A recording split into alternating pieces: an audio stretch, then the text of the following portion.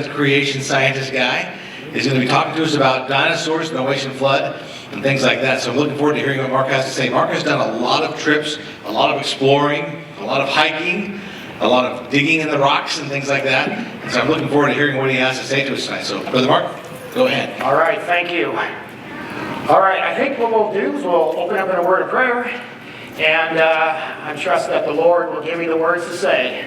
All right, dear Lord, I just thank you for bringing us all here today. Just thank you for giving me this opportunity to glorify your name.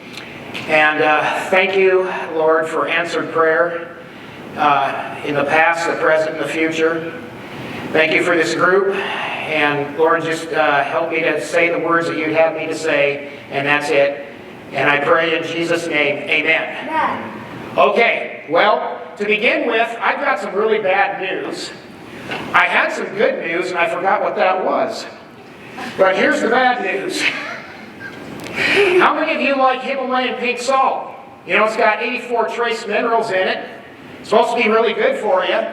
Well, I did a little bit of research on Himalayan pink salt, right here, and I discovered, according to the evolutionists, it's 250 million years old.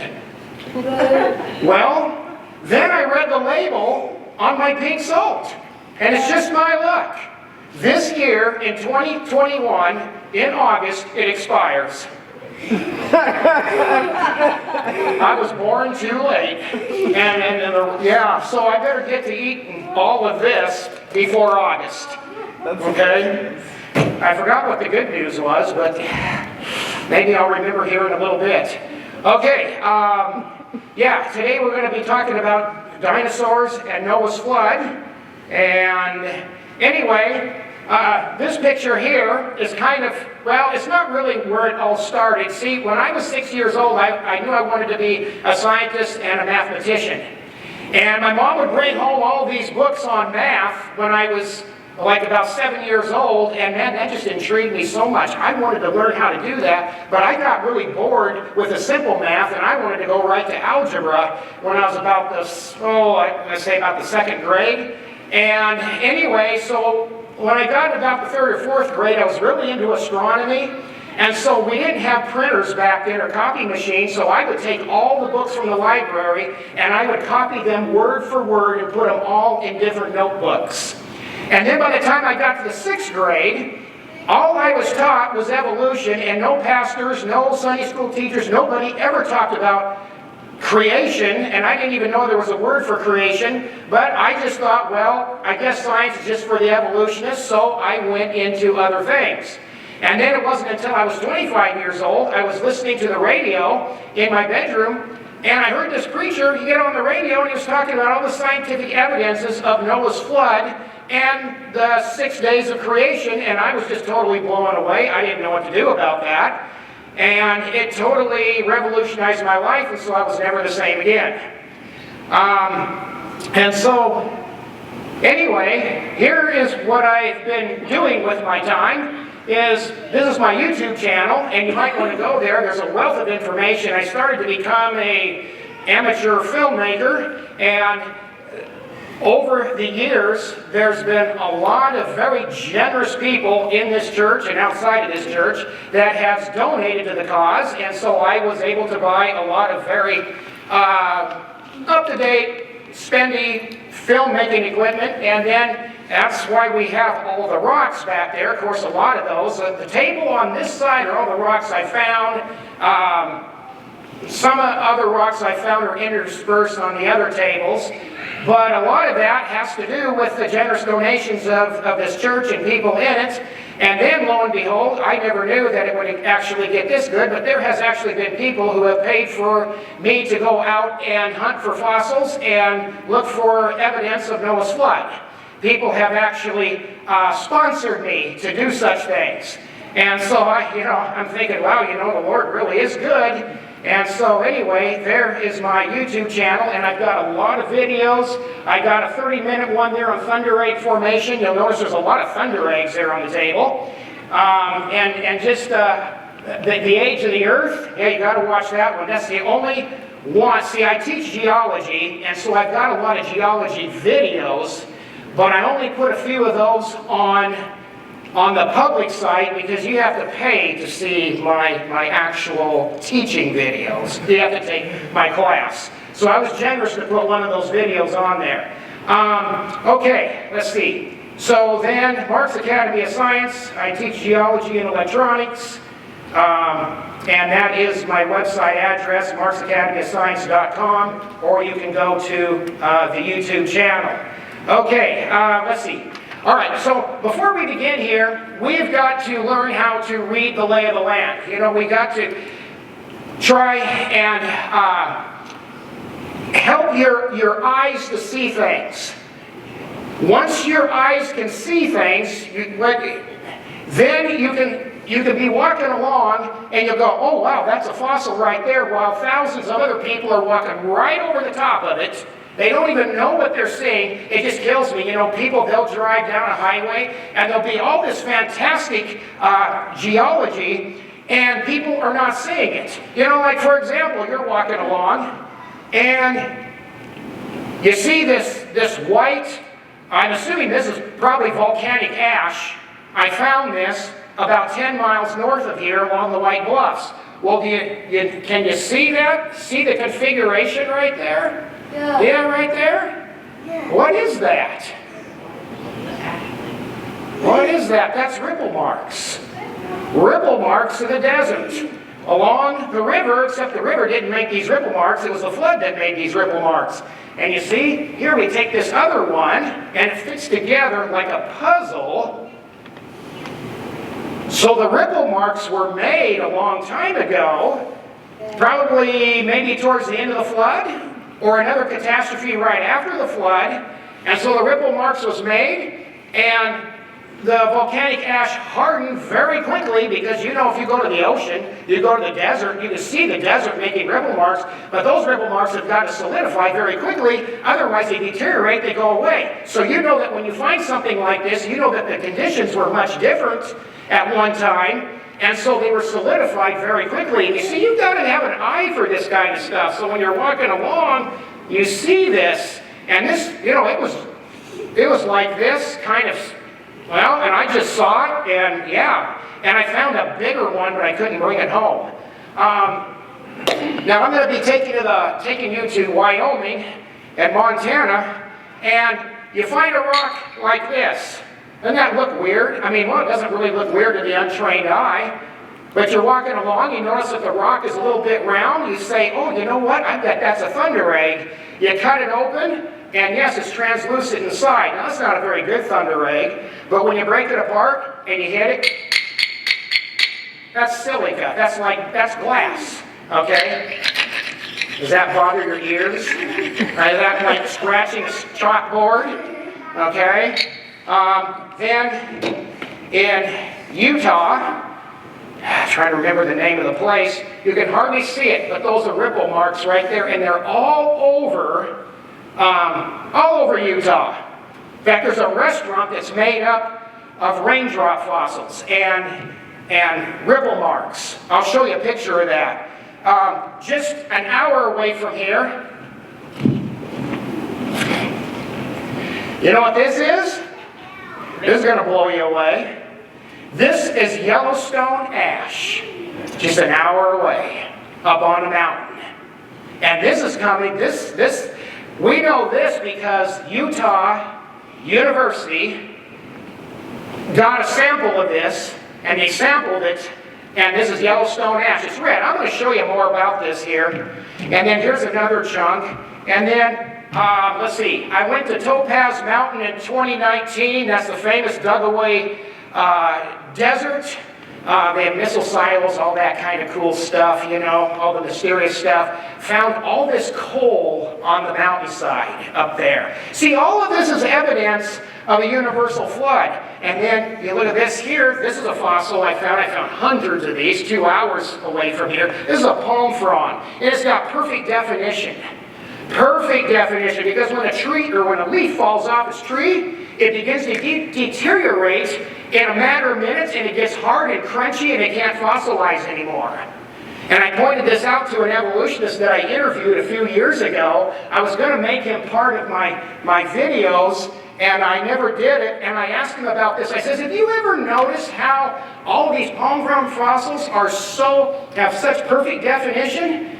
He got up real fast, and he says, oh yeah, well I got a lot like that. Didn't want to discuss that because he knew exactly where I was going with that. I've had many discussions with evolutionists like that. I should write a book on that one. Seriously. Okay, so in Genesis 3, verse 4, and it says, and the serpent said unto the woman, ye shall not surely die. Now we're going to come back to this. I'm just getting you set up. You know the hardest thing for me to do is to do a conclusion in my talks. I fight like everything, trying to make a good conclusion. So I'm trying to do that right now. So this is going to be part of the conclusion. Okay? So here's also part of the conclusion. Without theology, science has no flavor or meaning. The laws of nature drives us to study the spiritual realm because the Bible teaches us about the spiritual realm that we cannot see, and that's what makes science so amazing, especially physics.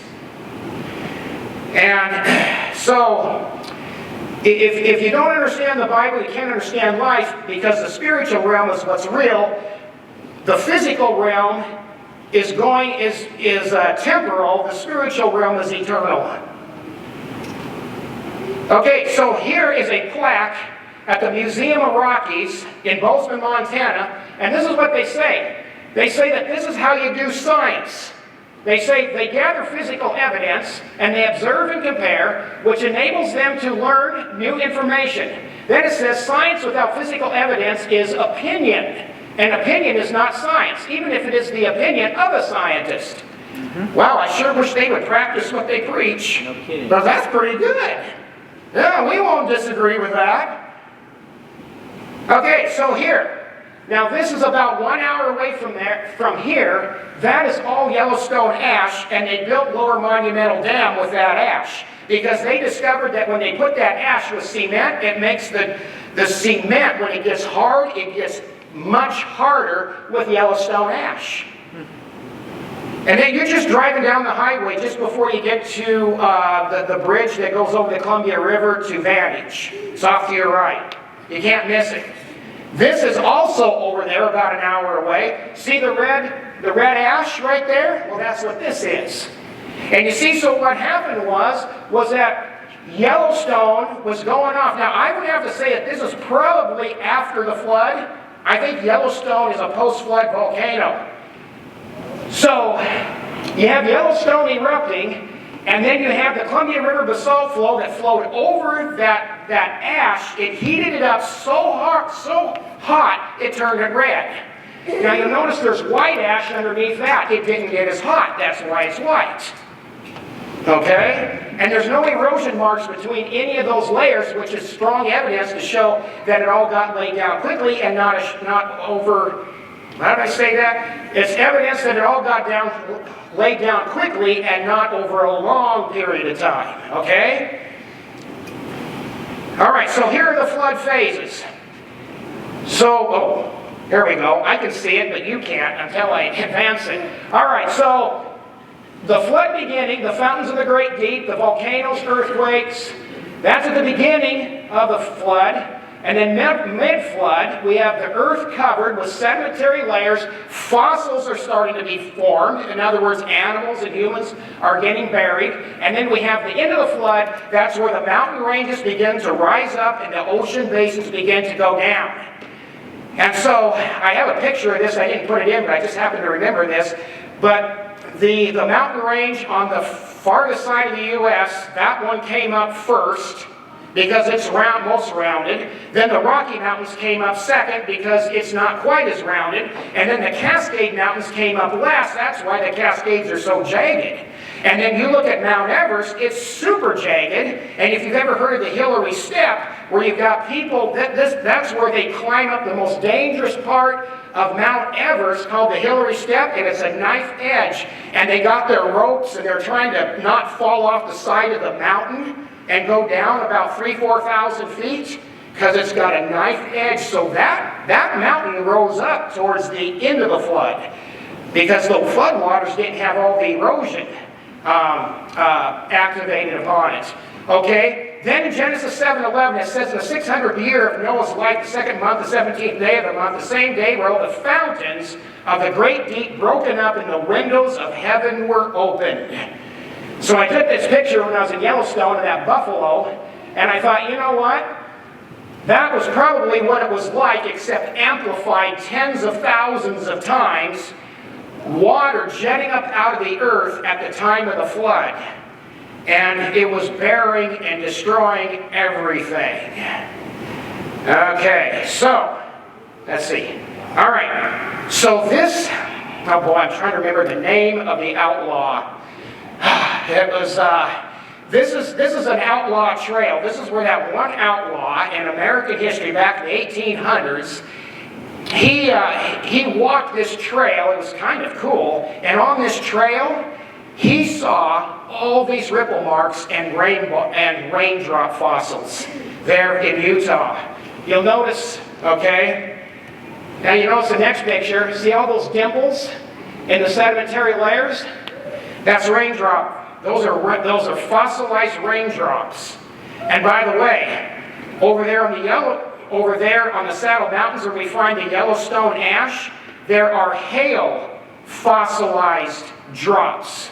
And there's a scientific term for that, and I didn't put it in here. See, my mind is going 1,000 miles an hour because I love this subject, and I just wish I could just give you the whole gamut and be here for about 4 hours. So anyway, so there is more fossilized ripple marks. And that would occur during the flood. Okay, now, what do you see? Now we're gonna work on your eyes. We're gonna work on your observation. Do you see anything here? What do you see? If there's anything at all to see, is there anything to see besides that, my drone box sitting right there? Okay, I'm gonna give you a little hint. Let's go to the next picture. Now, what, where, huh? It looks like a footprint. A footprint made by what? A tiger? Looks like a human footprint. A what? Looks like a human footprint. Did you say a heel? I said a human. Human, you gotta speak up, because I've shot too many guns.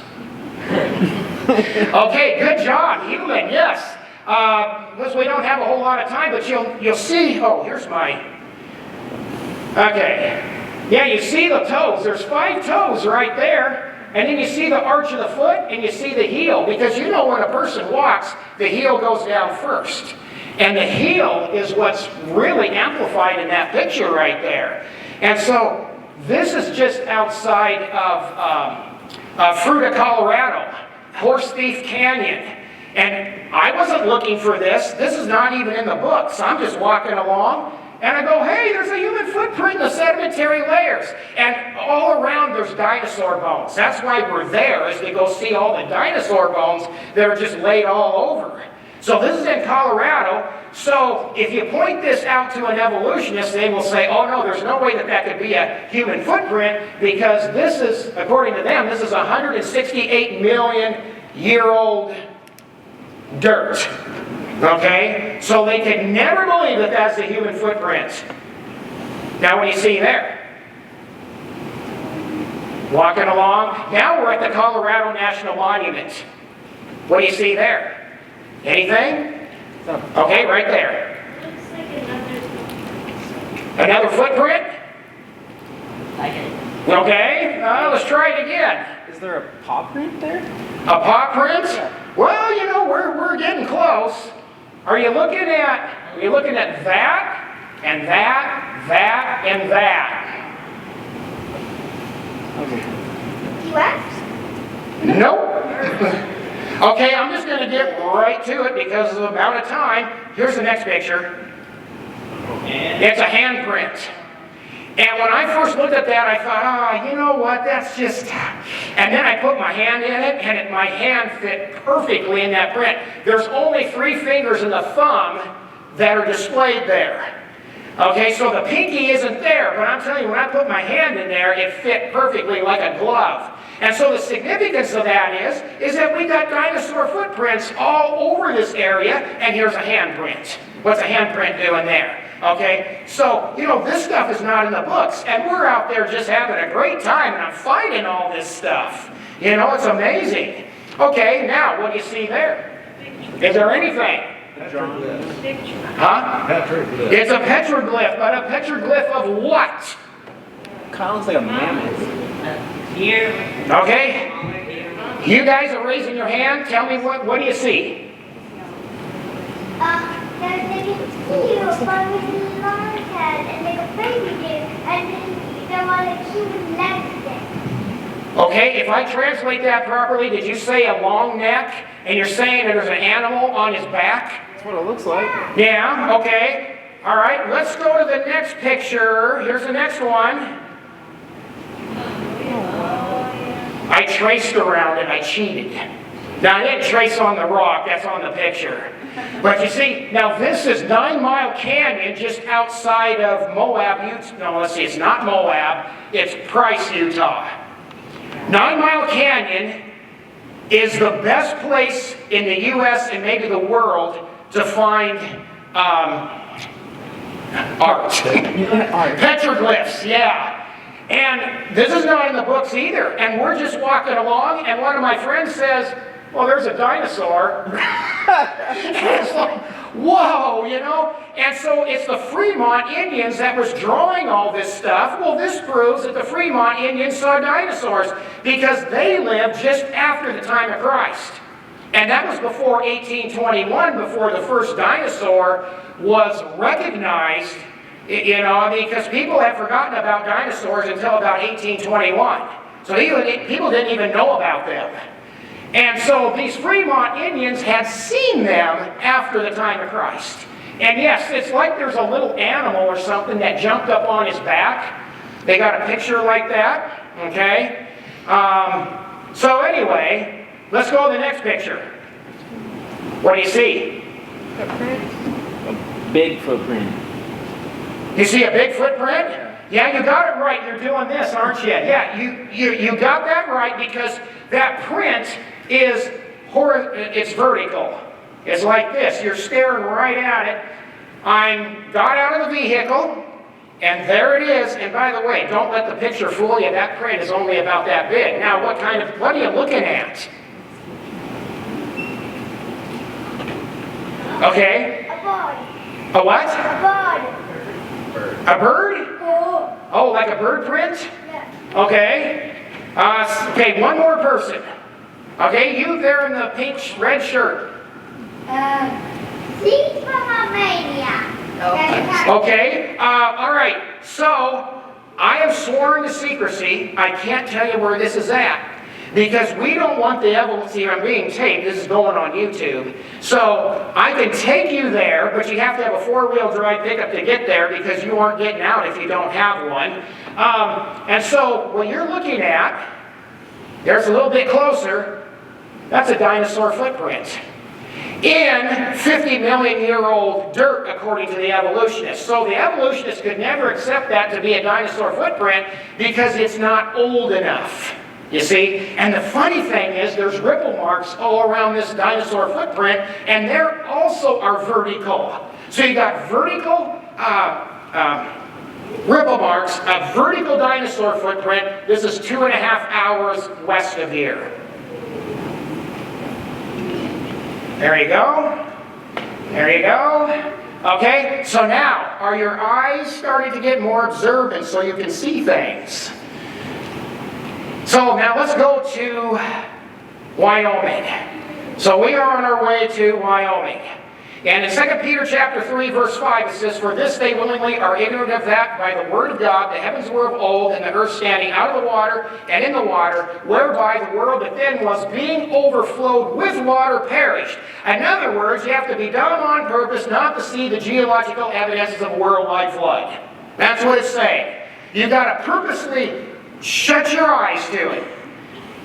And you know what? This is Yellowstone. But you find stuff like this all over the world. It's in Oregon, it's in Washington, it's everywhere. It's just not that well defined. You just have to be able to see it and know what you're looking at. Okay, so that was Yellowstone. Now we're going to go, let's see, east of Yellowstone. Okay, as we zoom in here, and we're going to go to Shell, Wyoming. And so I asked Michael Ord, who's another creation science speaker, I said, I'm going to Yellowstone. Where's a good place around there to find dinosaur footprints and dinosaur bones? And he says, well, go to Shell, Wyoming. So I got on the internet to look for, where can I find dinosaur footprints, more specifically, and this website came up, and there was these college professors, a man and his wife, who give tours of all these dinosaur footprints and all the dinosaur excavations that are going on that are high level. I mean, we're talking about National Geographic here, okay? And they got us in. We got to see dinosaur digs that nobody gets to see. Boy, did I feel privileged. So anyway, so we went to Shell, and so we're zeroing in on it here, and you'll see where it says Shell Creek, Trapper Creek. So we're going to go right in there. You'll notice the red star, the green star, the yellow star, and the purple star. Those are all dinosaur trackways. Now, it is believed that in the Rocky Mountains, and we're basically sort of in the Rocky Mountains right here, there's considered to be over 1 million dinosaur footprints in the Rockies, not to mention all the dinosaur bones. Now, I've been in Montana, seriously, where you just walk along and you just pick up dinosaur bones and big ones like this out in a farmer's field. They're just laying out there. It was killing me that I couldn't pick one up and take it home. So anyway, we're going to go to that red star there, and we don't have time for this. Or, well, we have time for fireworks, right?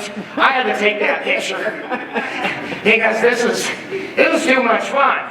Okay, so anyway, we were told by these two people to meet them at a restaurant, and they would take us on a tour. Now, these people are evolutionists, and so we're going incognito, and we are creationists, and they're going to show us all around. I ended up giving them a dinosaur track at the end. Okay, so we met there, and they took us here, the Red Gulch Road and Dinosaur Track site, and so there we are, and there is considered, I'll forget that, let's see. Okay, well, I hope that you can see through all this. There is great depth in what is just on the surface here of what I'm trying to teach. Okay, so now there's a word we need to learn, and it's the word bentonite. Bentonite is an absorbent swelling clay consisting mostly of montomorolite.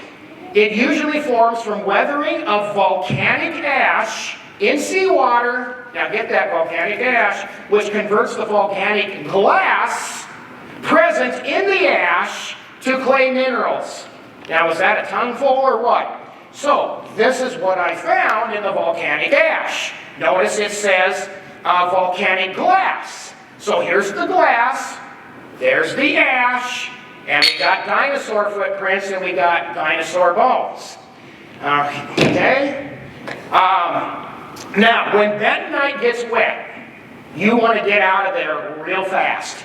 If you are digging for dinosaur bones and you don't have a really good four-wheel drive, you're going to stay there until the season is over. You won't get back out. That's always the danger of going dinosaur bone hunting anywhere, because wherever you find dinosaur bones, you find it among the volcanic ash.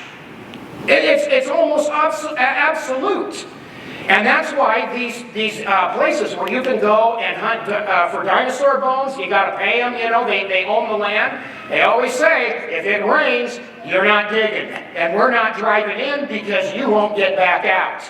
Because when volcanic ash, which is bentonite, and bentonite is the catalyst to form coal, that's another thing. Oh, I'd love to talk about that one.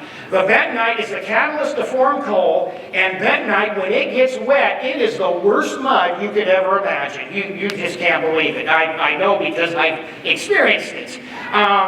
Okay, so out there are many dinosaur bones, many almost whole dinosaurs that are being dug up. Okay, you need to peel your eyes. Now take a look at that. Look at all the different colors. That's volcanic ash. all those different colors. Now they're all laid down like pancakes. Now when you see that, you are going to find this. And you will find other fossils, maybe dinosaur fossils, okay, ocean bottom fossils, okay? So, I mean, that's just awesome. And that's just the leftovers, okay? There used to be a lot more of that volcanic ash at one time. Okay, so anyway, here's just a lot of the neat pictures and so on and so forth. Now, take a look at this picture right here, and then, let's see, the next one, and then you turn around. Whoops. Okay, well, my picture is not, well, that is upsetting. Okay, well, I was going to show you all these ripple marks. There's tons of ripple marks out there with all the dinosaur footprints. Okay, so anyway, okay, so here's what the evolutionists, they say. They say that this was the Sundance Seaway. They always call it a shallow sea. That's typical.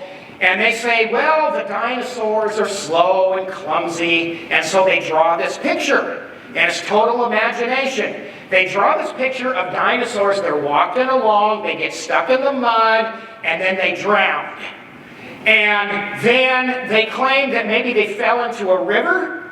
They fell into a river, and then the river covered them up with the dirt.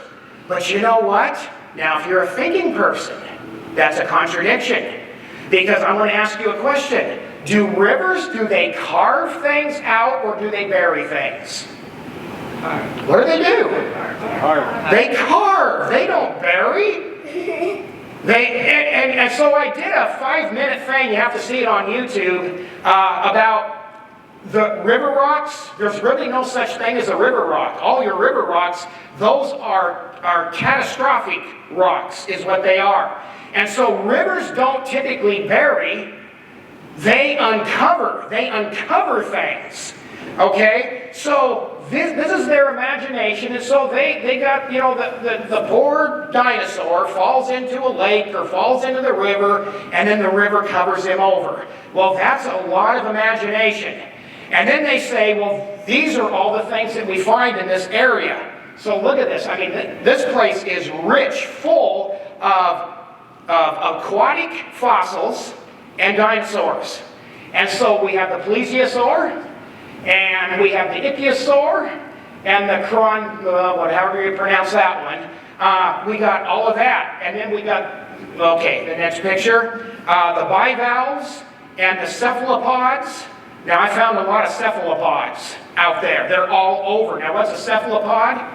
A cephalopod is a member of the molluscan class Cephalopoda, such as a squid, octopus, cuttlefish, and nautilus. So there's a picture of a cephalopod right there, and they're all over out there. So these are animals that are at the bottom of the ocean, and so they got covered over by the flood.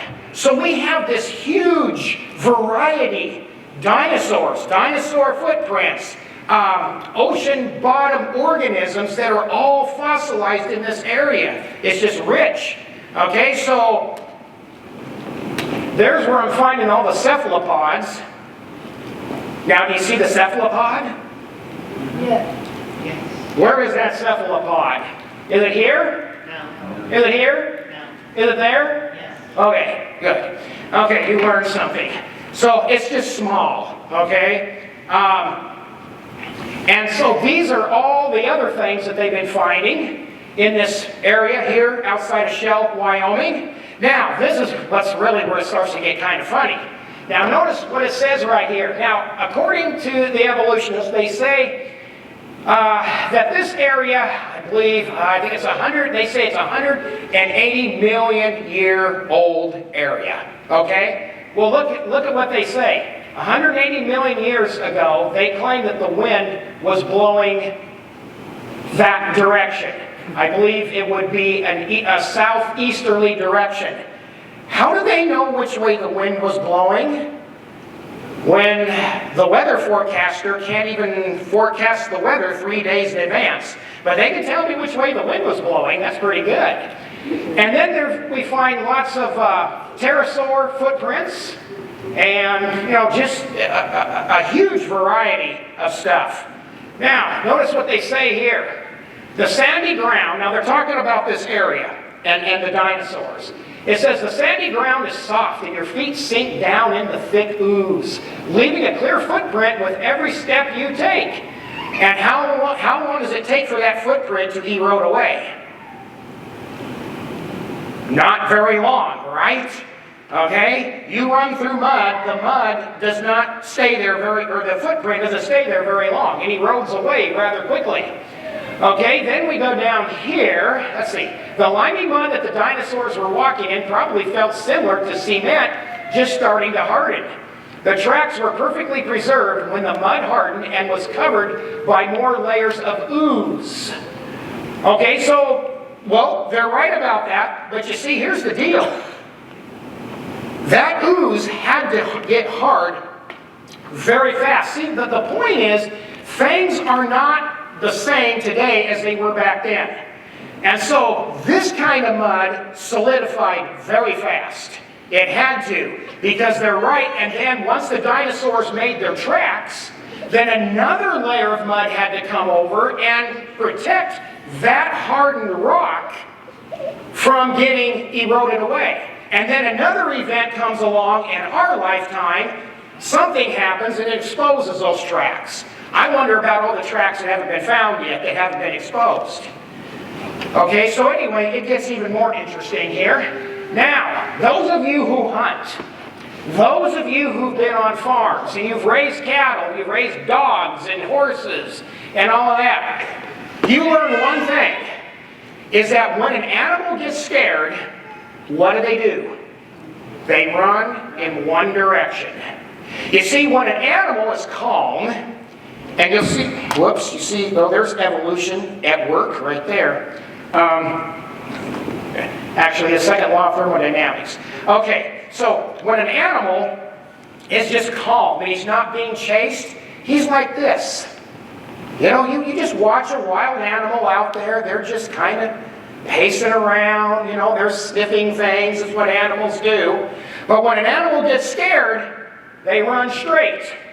And they've noted that. They've actually admitted to that these animals, they're all running, and they're all running a certain direction, which they will say here, I believe, in this one. I didn't underline it. Let's see.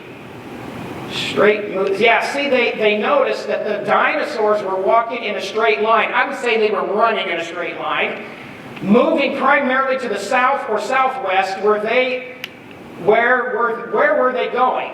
They may have been scavenging. No, they weren't, because they're all going in a straight line, going in the same direction. So you have to ask yourself this question: what were they running from? See, they were running from something. They're all going the same direction, and they say that we've got over 1,000 footprints here, and they're all going the same direction. Well, if you've got them all going the same direction, and they're all going straight, they're running from something. That's just common sense. Oh, and there's the ripple marks. That's what I was going to show you. I just stumbled upon those. And then over here at the White Bluffs, here's more ripple marks. I wanted to take that home, and it was just too big to get it into my backpack. And so that's all volcanic ash there. Okay? And a lot of this is all volcanic ash. Now here's the runway. This is where you find all the dinosaur footprints, and a lot of those footprints go right to the hillside. So if they could get a tractor, they could bulldoze away and keep finding more prints going the same direction. And you'll notice that wherever you see one of those chips, that represents a dinosaur footprint. Okay? And then they talk about, well, how old is the track site? And they find shrimp with the dinosaur footprints. So there's something going on here, something very catastrophic. When you find shrimp in the limestone, and you've got volcanic ash all around you, and you've got dinosaur footprints, there is something catastrophic going on here. Actually, so we're in the Rockies, so to speak. We're at 5,000 feet. So as the ocean waters are advancing, you have to picture the ocean waters transgressing and regressing. They're going back and forth. as the mountains are rising. So there's going to be times when the land is going to become visible. So you're going to have land, and then the land gets covered over by a big wave of water, and that's what's going on here. Okay, so let's see, we'll continue on. What time is it anyway? Okay, let's see, starting at 5:30, I got 20 minutes. Maybe another hour. Just kidding. Okay, so anyway, these dinosaur footprints are pretty small. They're just a small dinosaur. And back in the good old days, I always get fooled because I got two pictures up here. Okay, so back in the old days, these guys were finding all these dinosaur bones. They were all disarticulated. And the way you explain that is that the flood, it would cover up a complete animal if the conditions were right. But then you have to think about these animal mats and human mats and log mats. Like you see at Mount St. Helens, you have all these log mats and they're floating back and forth at Spirit Lake. And then as time goes on, those logs, they get waterlogged and they're planting themselves at the bottom of the lake. Okay, so if you've got dinosaurs, cows, pigs, tigers, lions, and they've all drowned, they're all rising to the surface, and they're all bumping into each other, they're rotting away, and that's why you have all these disarticulated bones. And they get buried. Now, this is where it really gets cool. Now, this is where it gets fun. Right here. Okay, so this is the dig that I got to go to. I got to see this. So in 2004, they find a Stegosaurus on top, now get this, on top of a Camarasaurus, on top of a Patasaurus in 2008. Now here's the dig site. Here's another picture of it. Okay, so this was the last dinosaur that they had found. It was two guys' fossils from New York that was doing the digging. That probably doesn't mean anything to you, but anyway. And then here are the bones laying everywhere. Oh, and I don't want to forget this. This is really important. Okay, now, observing skills again. What are you observing here? Okay, you got to observe. Now, you'll notice how this dinosaur is in a U shape. Mm-hmm. Look at that. Mm-hmm. So is he like this? Or is he like this? Well, he's like this. His back is basically broke. Now, how did that happen? This is what proves rapid burial. Because when an animal suffocates, they naturally do this. That's what birds do. It's what dinosaurs do. When something suffocates, their back always bends. Something about how they're trying to breathe. They naturally go into that state right there. Of course, you can see his legs right here. And it's funny because the head is gone. And the evolutionists, they will say, well, the reason why the head is gone is because he was buried in a river and the river took its head. Well, the problem with that is that rivers don't bury animals. In fact, I grew up on a farm, and I know when a cow dies, the cow starts deteriorating really fast, especially if it's in a hot weather. There is no time to fossil. In fact, let me ask you this. We all learn in our history books in the mid-1800s about the white men killing off all the millions of buffalo out there in the Great Plains. How many of those buffalo bones fossilized? Not a one. Nope. And so an animal has to get buried quite rapidly to protect it from getting oxidized and from insects and birds and other animals eating off of it. And so anyway, here's they've just been finding tons of dinosaur bones everywhere. What just happened? I just must have hit something wrong.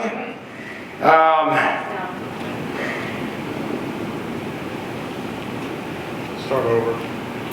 Should I start all over again?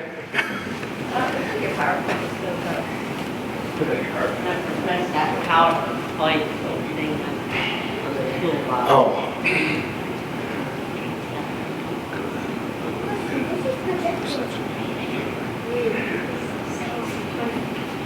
Okay.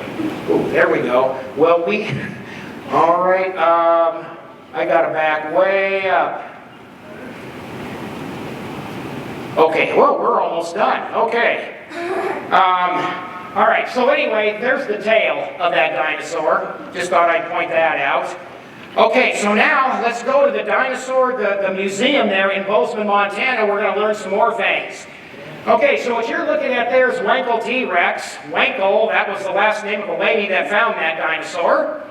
And one of their plaques indicates that one of the best places in the whole world to find dinosaur bones is in Montana. And this is the real Wankel T-Rex skeleton, not a replica.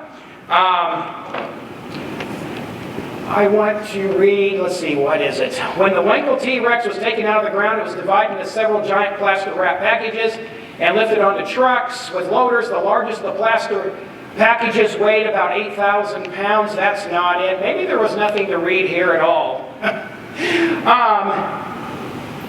Well, okay, so anyway, I got it memorized, so I'll just, okay. So anyway, and once again, here's how they found this dinosaur. They found it once again with its back arched like that, because when it was buried, it suffocated. This skeleton was found in sandstone, originally deposited by a river, which is baloney. Shame on them. Part of the carcass was still intact, but the right leg, skull, and the end of the tail were dislodged. So they're claiming that the river took off with it. That's not necessarily true, because you see, here's what could have happened. As it was floating around on the ocean waters or flood waters, it eventually sunk, and bits and pieces of it were coming off, and then another event comes along and buries it, which is a much better explanation considering that the dinosaur is bending back like that. Okay, some of the largest bones of the skeleton, the skull and the leg bones, were moved to the tail in, let's see, that's not it. I should have underlined some of this stuff. Okay, well, with a lack of time, I'm not going to deal with that. All right, so now here is another dinosaur bone. Okay, what I forgot to tell you is that Wankel T-Rex, they found soft tissue in that dinosaur, which proves that that dinosaur couldn't have been 65 million years old. Okay, so there's one dinosaur that had soft tissue. Here's another dinosaur bone that has soft tissue, and they have it on display at the museum. So it is B-Rex, the B-Rex thigh bone. They found soft tissue. Well, if a bone is laying for millions of years, the soft tissue is going to deteriorate away. That's the whole point. That's why creation scientists get so excited about soft tissue, because soft tissue is a very clear indication of youngness and not oldness. Okay? It's very simple. And so there's where they found these T-Rexes, is in the Hell Creek Formation, and I took a group from this church back in 2010 or 2011, and we looked for dinosaur bones. Now this is what's cool, okay? So I took a group and we hunted for dinosaur fossils in the Hell Creek Formation on the east side of Montana. Okay, now guess what we found? We found turtle shells, we found alligator bones, we found petrified wood, we found dinosaur bones and sulfur and all these different kinds of organisms all in the same dirt layer. Alright? Now here's where it gets cool. So one day I get on the bus to go on the bee reactor tour, and I'm sitting by a guy. I'm wearing my dinosaur t-shirt. He says, well, I like your dinosaur t-shirt. I said, oh yeah, I says, I speak on dinosaurs, and I took a group to go dinosaur fossil hunting in Montana.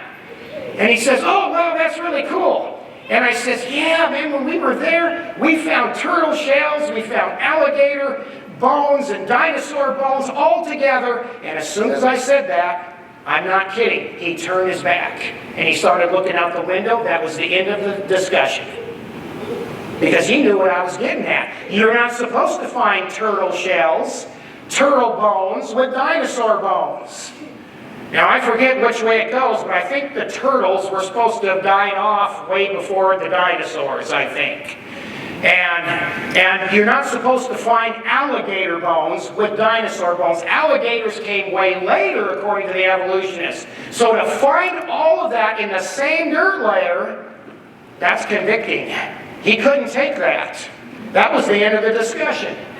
Okay, well, anyway, I think I'm just going to go through this really quick. All right, so there's Dr. Mary Schweitzer. If you're really into the creation science stuff, you know who she is. She's the lady who's been finding all the soft tissue, the blood in the bones, and she's an evolutionist, and she doesn't know what to do with all this. You know, it's bothering her. Okay, so, all right, so now, here's the conclusion. I'm going to try to bring all this together and make sense. Like I said, my conclusions are not exactly, I wish I did better. Okay, so anyway, Psalms 119:99. David, he says, I have more understanding than all my teachers, for thy testimonies are my meditation. So you see, kids, if you believe in creation, and your teacher believes in evolution, you have more understanding than your teachers. Now, I'm not saying that to give you a hot head. I'm just telling you that's the truth. You have more understanding. You have more wisdom. Okay? Now I'm going to show you a picture. Now, this is in 1976. Can you find me in that picture? This is our Little League baseball team. Where do you think I am? Probably doesn't matter. Well, there I am right there. Okay. So anyway, now get this. Now, this is 1976. This is public school. This is public school. Got about 300 students in the school. The coach, the head coach, that's the guy right there, he gathers us around after a practice. And he says, kids, we got a tough team this Saturday. And so we need to have an extra practice. And he says, how about if we all get together after school Wednesday night and have a practice? You would have thought that that coach had just shot the sacred cow. All of us kids, most all of us but two, we all went to church. And we stood up to them. This is public school. And we stood up to them. We're only in the 5th or 6th grade here. And we said, well, we can't do that. We're all going to church. And the coach backed down and he apologized. He says, oh, I forgot about that. We didn't have practice. I don't remember if we beat the team or not. But this didn't become news until about the last 10 years, and I thought about this. And now this is a big story now. And so anyway, okay, now let's move on. Now this shows that the times that we're living in, you don't see adults taking a stand like the children did back in 1975 in a public school. Boy. 1 Timothy 4. Now the Spirit speaketh expressly that in the latter times some shall depart from the faith, giving heed to seducing spirits and doctrines of devils. Thanks to the emergent church, the purpose-driven church. That has amplified this problem. And isn't it interesting? Have you noticed what I noticed? Now, I remember back in the 1980s, if you said something like this, man, I can't wait to get to church. Man, we all ought to be in church in the 1980s, you know. And people would call you a legalist. Now we have COVID-19. The government says you can't go to church, and now everybody wants to go to church. Did I notice correctly? I think that was a good observation. Okay, 2 Timothy 4:2. It says to preach the word, be instant in season and out of season, reprove, rebuke, exhort with all long suffering and doctrine. You see, doctrine is what they're trying to do away with because of the emergent church. We're trying to get away from doctrine. We're trying to be all-inclusive. And the ecumenical movement, which was started in 1933, I believe it was, the same year the Humanist Manifesto was signed, the ecumenical movement says, hey, let's just all come together and forget our differences. And that's the emergent church pushing that idea, is that we need to all forget our differences and let's just all come together. So in other words, we get rid of doctrine, and we change what the Bible says so that we can get along, because we're too immature to get along. What shows if you're mature is if you can have differences and still get along. But we're in a politically correct time. For the time will come when they will not endure sound doctrine, but after their own lusts they shall heap to themselves teachers having itching ears. You know, there's a lot of lusting going on in the mega churches. They're lusting for money. They're lusting for fame. And so that's where we have there's a word for it, these preachers that are trying to become famous, like your athletes and movie stars and stuff. And now, notice what's happening. God is exposing them for who they really are. And they shall turn away their ears from the truth and shall be turned unto fables. And then in Matthew 24:24 it says, for there shall arise false Christs and false prophets, and shall show great signs and wonders, insomuch that if it were possible, they shall deceive the very elect. Now, it's interesting because in Matthew 24 there's a sequence where it talks about they will lack love and then become offended. And once they become offended, then false Christ shall arise, and the false prophet shall arise. You notice in the news, everybody's getting offended. Everybody's talking about love, but everybody that talks about love seems to hate people that differ with them. You see how Bible prophecy is coming into all of this? Because the Bible says that when God caused the flood on the earth was filled with violence. Filled with violence. And people were living for themselves. They were marrying and giving into marriage. And they were living as though there were no God. Everybody was living in pleasure and comfort. And God sent the flood. I think that's the way it's going to be when Christ comes back. Nobody's going to be looking, and He's going to come as a thief in the night. Now, see, I just do so much studying that I just can't. I have to put all this in here. I'm sorry, but so I did some research. So in 1969, the Supreme Court removed prayer from school. Then in 1963, it removed the Bible. And in 1980, it removed the Ten Commandments from the schools. Then just 10 years later, in 1990, the gun-free zones were first introduced by the then Senator Joe Biden. I thought we were progressing since we kicked God completely out. So don't complain if we have school shootings and we have all this stuff, because as we kick God out, the shootings have been increasing, and all Satanism has been increasing since the 1960s. Now, with all that in mind, Genesis 3. By the way, Genesis 3, I believe, very dogmatically, is the most important chapter of the Bible, because it tells us what in the world is going on with the world. So when you understand Genesis 3, you understand the rest of the world and what's really going on. Now, I'm going to show you something here. Now, the serpent was more subtle than any beast of the field which the Lord God had made. And he said to the woman, yea, hath God said, ye shall not eat of every tree of the garden. And the woman said unto the serpent, we may eat of the fruit of the trees of the garden. But the fruit of the tree which is in the midst of the garden, God hath said, ye shall not eat of it, neither shall ye touch it, lest ye die. And the serpent said unto the woman, ye shall not surely die. Boy, do we hear a lot about that today. There's a lot of people today that are talking about, if you, let's see, what's the word for it? Anti-aging pills. Anti-aging pills now are big. And I just got done listening to a lady on YouTube who actually said that, you know what? If we learn how to take all the vitamins and minerals just right, we can escape death. We're just around the corner from it. There's a lady here in the Tri-Cities, I know her somewhat because I do some business with her. She's a multimillionaire, probably the richest person in. And she told me that she can have anything she wants. She says, I can't. She says, I've done it. And she told me about all the homes that she owns in Seattle on a lake.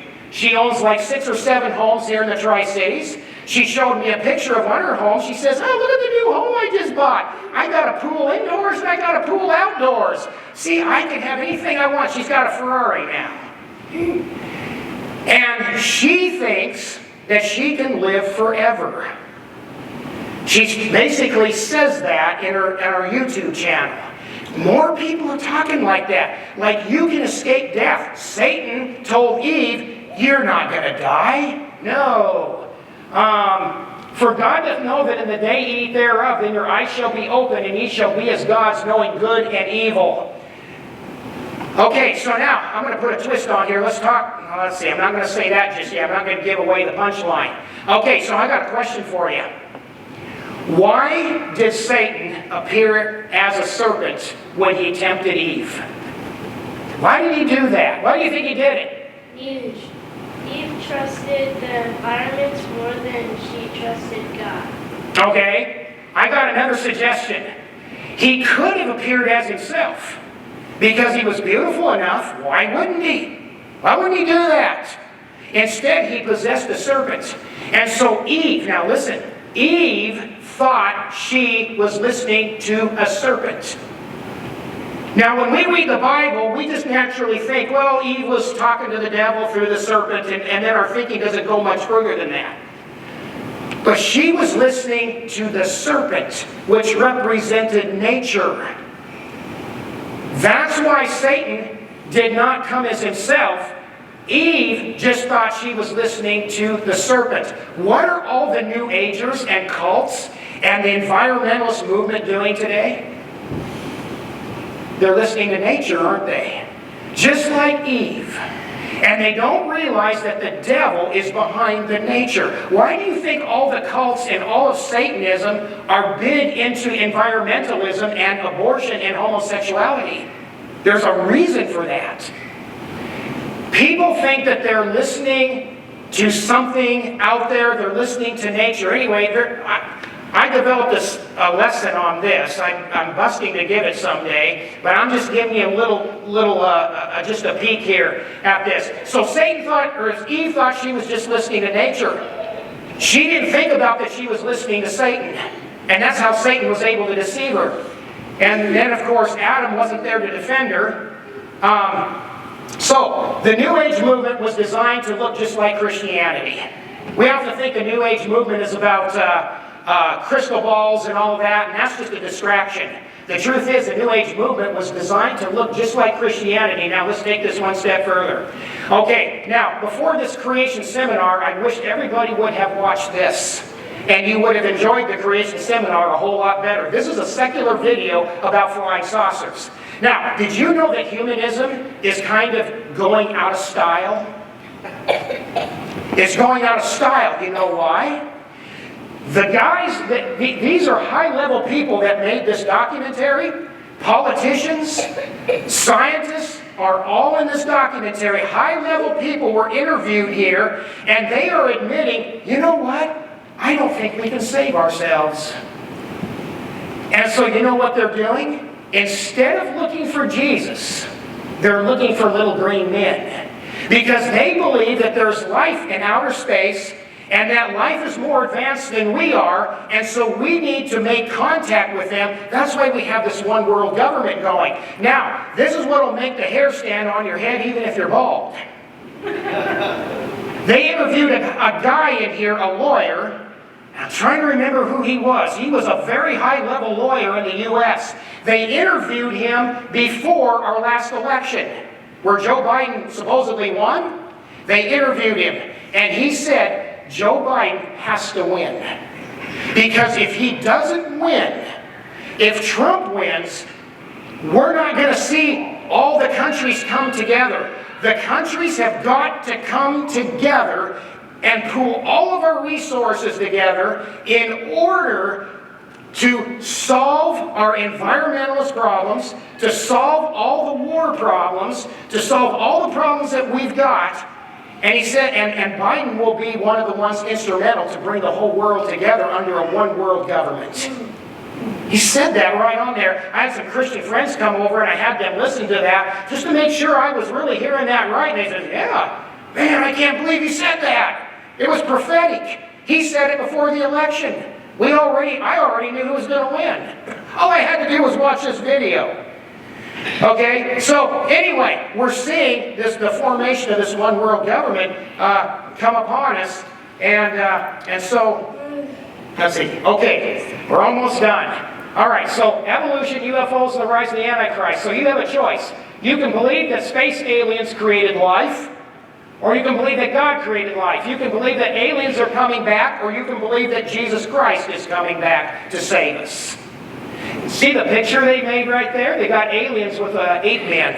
In other words, what they're saying in this picture is that we're going to become like them in the next phase of evolution. And that's what the New Age movement is professing to believe, that we are evolving into those aliens. And we just got to make contact with them so that we can save the planet. So the environmentalist movement is the hottest topic in politics. And that's how Satan deceived Eve. And, have I gone way over? Oh, okay, I better quit. I've been learning so much stuff about how Satanism is infiltrating our government and the abortion clinics and everything. And it is amazing to find out. You know, you remember the Son of Sam killer back in New York, back in the 1960s? You remember Charles Manson? Well, did you know that all these... Okay, so the Son of Sam killer, Charles Manson, was all intertwined into the occult, into the process of the Church of the Final Judgment. What I'm telling you is that the Bible says that in the last days, Satanism is going to sweep across the world. And we're seeing it. It's sweeping across the world. And I wish I could really get into that with you. But anyway, in Proverbs 1:7 it says, the fear of the Lord is the beginning of knowledge. Fools despise wisdom and instruction. And you see, in order for a person to get saved, they got to come to the knowledge. They have to have fear of God. See, having the right fear of God will bring you to salvation. And let's see. The fear of the Lord is the beginning of knowledge. Fools despise wisdom and instruction. And let's see, what's next? Okay, so Ephesians 2:8-9, it says, for by grace are ye saved through faith, and that not of yourselves. It is the gift of God, not of works, lest any man should boast. So the religion of works has always been the persecutor of the religion of faith. And of course, the religion of faith is not a religion, it's about Jesus Christ. And so you can't get saved through church membership, through baptism, by being good, by working in your church. There's only one way to God, and that is through Jesus Christ. I'm done.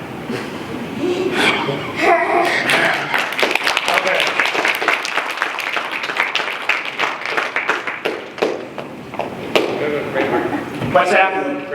Okay, yeah, sure. Dear Lord, I just thank you for this Creation Science Conference. I thank you for Joe Martin and his family coming here and ministering to us. I just pray, Lord, that if there's anyone here that's not saved, that they would receive Christ before it's too late, before you come back.